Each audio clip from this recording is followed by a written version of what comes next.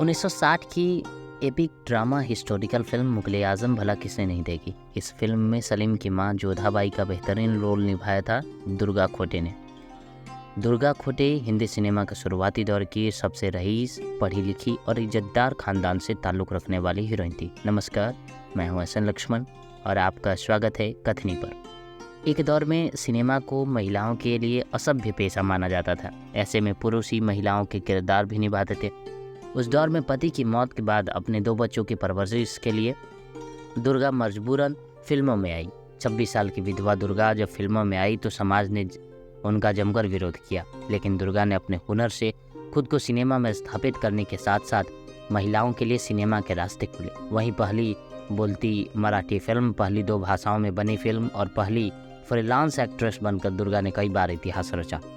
कहा जाता है कि दुर्गा इतनी साहसी महिला थी कि एक बार एक क्रू मेंबर को बचाने के लिए चीते से लड़ पड़ी थी, लेकिन वो तब टूट गई जब उन्होंने अपने जवान बेटे को खो दिया। दुर्गा तब भी नहीं रुकी और फिर पर्दे की सबसे फेमस मां बनी। बात है 14 जनवरी 1905 की।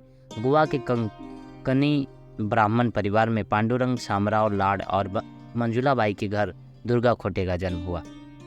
जन्म के समय उन्हें वीटा लाड नाम दिया गया था, जिनकी परवरिश कांदेवाड़ी के एक समृद्ध परिवार में हुई।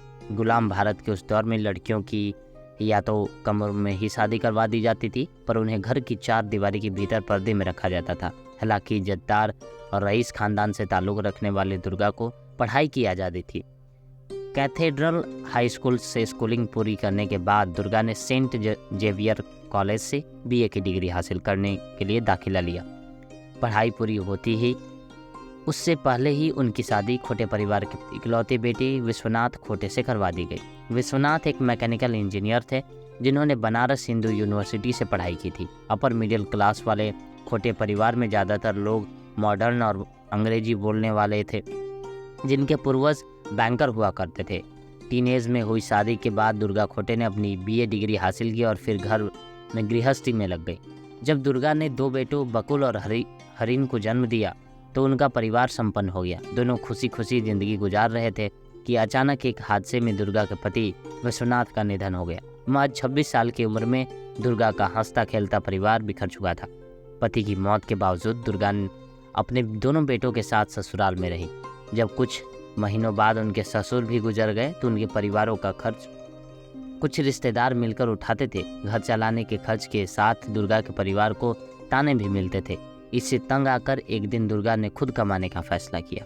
पढ़ी लिखी थी वो, आसपास पड़ोस के बच्चों को घर बुलाकर ट्यूशन देने लगी। इसी बीच दुर्गा की बहन शालिनी ने उन्हें बताया कि प्रभास फिल्म कंपनी में काम करने वाले उनके दोस्त GBH वाडिया को फिल्म फरेबी जाल के लिए अंग्रेजी बोलने वाली लड़की की तलाश है। ये रोल पहले शालिनी को ही मिला था, लेकिन उन्होंने अपनी बहन के नाम का सुझाव दे दिया। उस जमाने में पढ़ी लिखी और फर्राटेदार अंग्रेजी बोलने वाली लड़कियां सिर्फ विदेशी ही हुआ करती थीं, तो दुर्गा को ये रोल आसानी से मिल गया। ब्राह्मण परिवार की विधवा दुर्गा को जब फिल्म में काम मिला तो परिवार और समाज ने इसके खिलाफ आवाज़ उठाई। इसकी 2 वजह थी। पहली कि वो एक इज्जतदार खानदान से थी और दूसरा, सिनेमा में काम करना एक असभ्य पेशा माना जाता था जिसकी तुलना वेश्यावृत्ति से होती थी, और दूसरा कारण था कि उनका विधवा होना।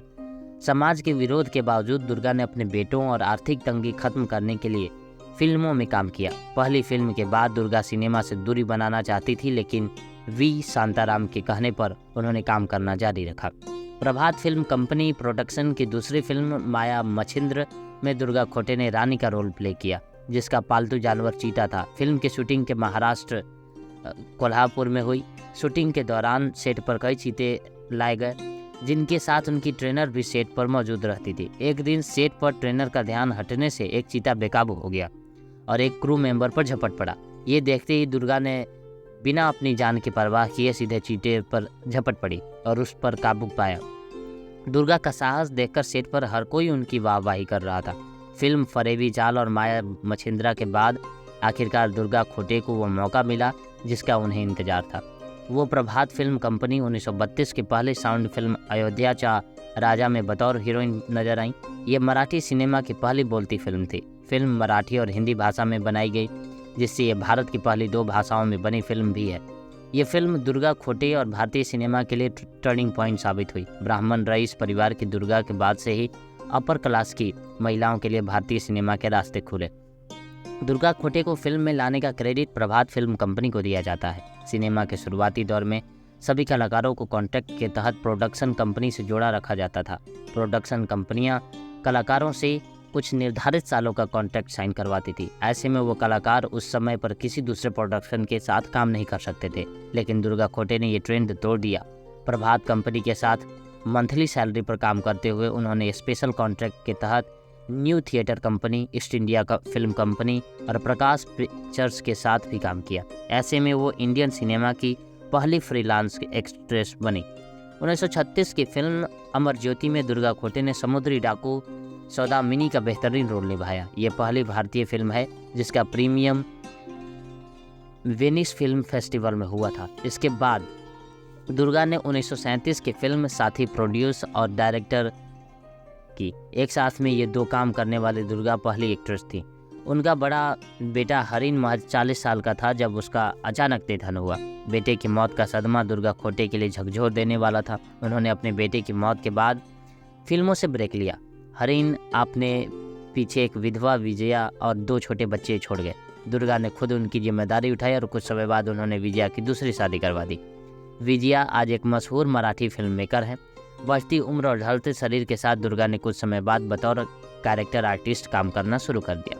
फिल्म मुगले आजम में जोधाबाई का किरदार हो, बॉबी में डिम्पल की दादी का रोल हो, अभिमान में आंटी का रोल हो या विदाई में माँ का रोल हो, इन सभी फिल्मों को दुर्गा खोटे ने अपने अभिनय की गहरी छाप छोड़ी। करीब 200 फिल्मों का हिस्सा रही दुर्गा खोटे ने 80 के दशक में प्रोडक्शन में ध्यान दिया और कई बेहतरीन शॉर्ट फिल्में और डॉक्यूमेंट्रीज बनाई। दूरदर्शन के मशहूर शो वागले की दुनिया को दुर्गा खोटे ने ही प्रोड्यूस किया था। जिंदगी के आखिरी दौर में दुर्गा खोटे ने मराठी भाषा में अपनी आत्मकथा मी दुर्गा खोटे लिखी थी। कुछ सालों बाद 1990 में इसे इंग्लिश में आई दुर्गा खोटे नाम से ट्रांसलेट किया गया था। अपनी बायोग्राफी में दुर्गा खोटे ने अपनी कई अधूरी ख्वाहिशों का जिक्र किया था। एक हिस्से में उन्होंने लिखा था, मेरी मिशन तो बहुत है लेकिन अब ताकत नहीं बची है। अब मेरी उम्र 85 साल हो चुकी है, अब कुछ करने की हिम्मत नहीं रही। ख्वाहिशें तो बहुत हैं, हर वक्त जहन में कल्पनाएं आती हैं लेकिन कुछ कर नहीं सकती। बायोग्राफी लिखने के बाद दुर्गा खोटे मुंबई के करीब अलीबाग में रहने चले गए। अगले ही साल 22 सितंबर 1991 को दुर्गा का 86 साल की उम्र में निधन हो गया। भारतीय सिनेमा में 50 सालों तक दिए गए दुर्गा खोटे के योगदान के लिए उन्हें कई अवार्ड और सम्मान दिए गए। साल 1942 और 43 में उन्हें फिल्म चरणों की दासी और भरत मिलाप के लिए बेस्ट एक्ट्रेस का BFJ यानी Bengal film journalist association award दिया गया। इसके बाद उन्हें 1958 में संगीत नाटक अकेडमी अवार्ड से सम्मानित किया गया। 1968 में दुर्गा खोटे को पद्मश्री से सम्मानित किया गया। वहीं फिल्म विदाई के लिए film fair best supporting actress का अवार्ड दिया गया। 1983 में उन्हें दादा साहेब फाल्के अवार्ड से सम्मानित किया गया। वो ये सम्मान हासिल करने वाली भारत की चौथी महिला हैं। दुर्गा खोटे ने न सिर्फ महिलाओं के लिए सिनेमा में जगह बनाना आसान किया बल्कि वो अपने कई रिश्तेदारों के लिए भी प्रेरणा बनी। उनके दिवंगत पति विश्वनाथ खोटे के भाई नंदू खोटे भी साइलेंट फिल्मों के एक्टर रहे।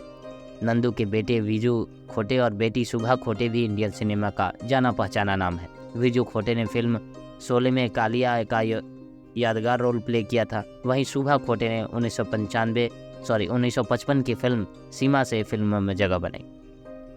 तो वीडियो देखिए और कमेंट में लिखिए। धन्यवाद, मिलते हैं अगले वीडियो में।